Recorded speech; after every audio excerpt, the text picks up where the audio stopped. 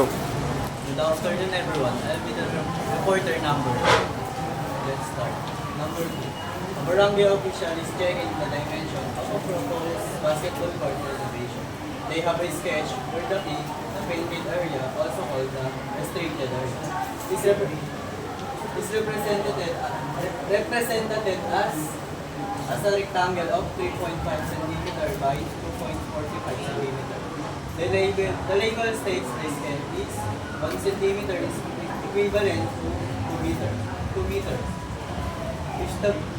If the FIBA regulation is 4.9 meters wide by 5.8 meters long, is the drawn T section on the sketch proportionally correct? Assume longer side is the length given. The sketch is 3.5 cm, 2.45 cm, and RP Paki is 4.9 meters to 5.8 meters. Solution. First, we have to identify the length and the width in the sketch. First, i-substitute muna natin yung dito sa para makuha yung para ma-identify yung length. First, i-substitute natin yung 3.5 cm times 2 over 1 cm. Kakancel natin yung unit, then 3.5 times 2 meters is equals to 7 meters. 7 meters. Then 2.45 cm times 2 meters over 1 cm is cancel natin yung unit ng centimeter, then times natin sa 2 meters. And our answer is 4.9 meters. And our length is 7 meters and our width is 4.9. Next is i-compare na natin yung sketch. Dahil na-convert na natin centimeter sa meter. Then we have sketch width is equals to 4.9 meters and FIBA width is 4.9 meters. Then proportional sila yung width ng sketch and FIBA width. Next is the length naman. Sketch length is equals to 7 meters and FIBA length is equals to 5.8 meters. And sa length naman is hindi sila proportional. So the drawn T section on the sketch is not proportionally correct. Next, number 4. A farmer in the central Luzon has a sketch of 2 neighboring rectangular rice paddies. First, paddy A 5 cm times 5 cm to 10 cm on the sketch with a scale of 1 to 5,000.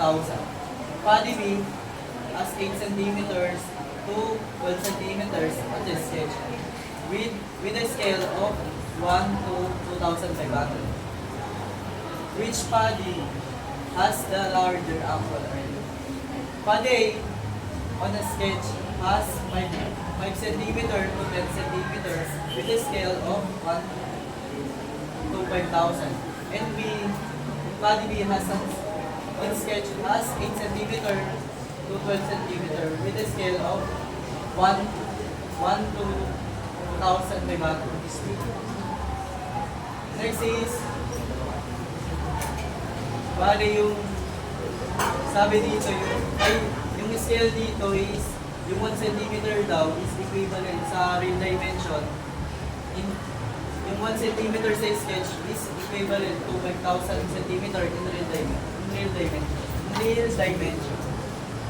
At sa bali B naman is 1 cm on sketch is equivalent to 2,500 cm in real dimension.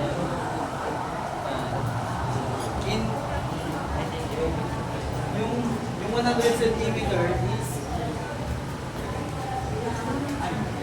yung 100 centimeters sa toong buhay, ay equivalent siya sa 1 meter. Ayun po. So, yung centimeter, gagawin natin siya meter. Bale, 100 centimeters is equals to 1 meter. Solution. Body A equals to 5,000 centimeter over 100 centimeter times 100. First, i-divide natin yung 5,000 centimeter sa 100 centimeter. Then, makakancel yung unit. Tapos, simplify natin yung 5,000 sa 100.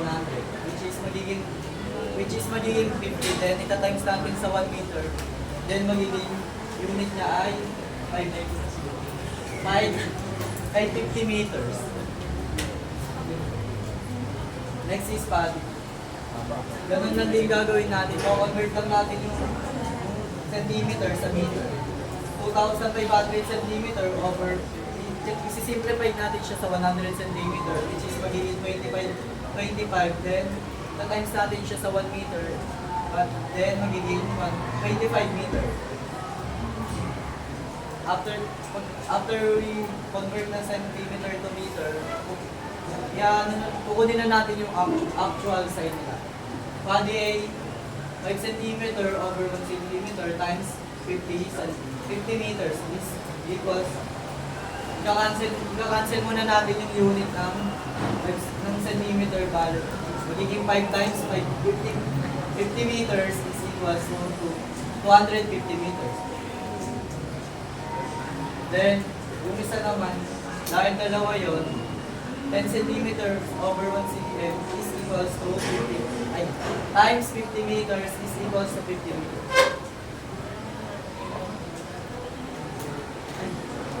10 cm over 1 cm is times 50 centimeters is equals to 500 meters. Next is body B. Body B is equals to 8 cm over 1 cm times 25 meters. Cancel lang natin yung unit ng centimeter kasi ka-times natin siya sa 25 meters, then magiging 200 meters. Then next is 12 cm over 1 cm times 25. Cancel lang din ulit ng unit, then 12 times 25 meters is equals to 300. Then, pag nakuha na natin yung actual side, next naman natin is kukunin na natin yung actual areas nila. First is kukunin muna natin sa body A. Body A is equals to 25 meters times 500 meters is equals to 125 meters squared. Body B is equals to 200 meters times 300 meters is equals to 600 meters squared. Then, body A has the larger actual earth.